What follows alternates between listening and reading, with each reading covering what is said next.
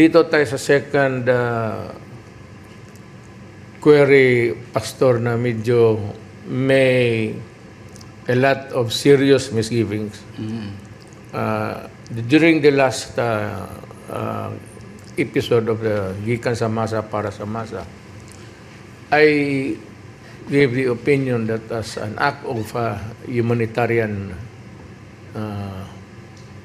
interest, we may accept refugees of other countries. But I said it must be based on valid grounds. And actually, Pastor, you know, the Afghans come from a state where there was a civil war. And itong mga nationals na gusto ng Amerika na tanggapin natin dito sa ating bayan as refugees, sinasabi nga nila economic, I think they do not want to use the word refugees, when as a matter of fact, they are really refugees. Palaro lang ito, it's a question of semantics. You know, when you escape from your country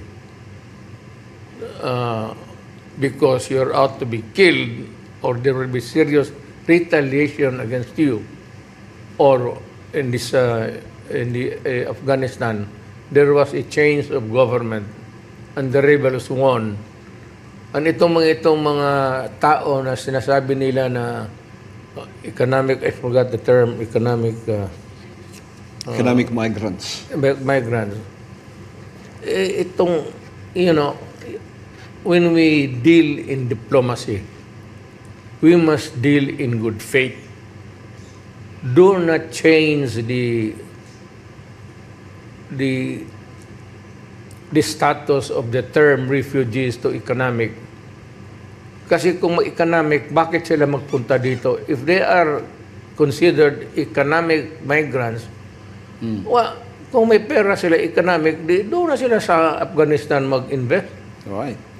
It presupposes that investment, magpunta sila dito economic, that they have something to contribute to the economy. But far from it, actually.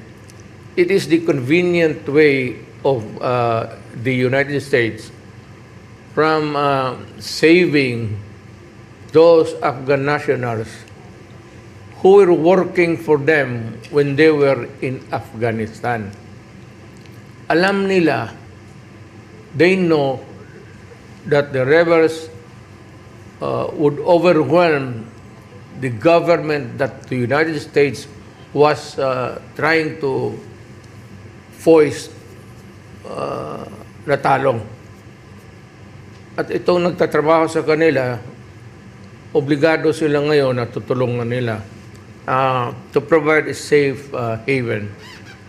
The problem is these nationals come from I do not want to term it, but from a militant country where there was really a revolution because of the militants there wanted to impose a government of their own. Now, itong mga Afghanistan, we were not part of the vetting or evaluation whether we accept them as refugees or as visitors or whatever. We were never a part of that vetting, pag-evaluate. So how are we supposed to be secure or the interest of our country when we are accepting foreigners that we do not know? Just because that they were working for the United States does not mean that it is a guarantee that we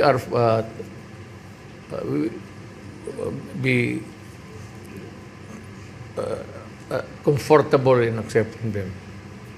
Eh, yung iba kasi, they might have other reasons such as just aside from being a refugee, maybe it was a matter of convenience for them to work with the government forces there in Afghanistan.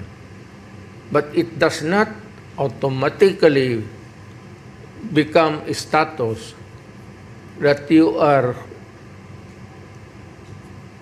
freed from any ideology, belief, or thinking that is not different from what they have right now. Wala tayong garantiya that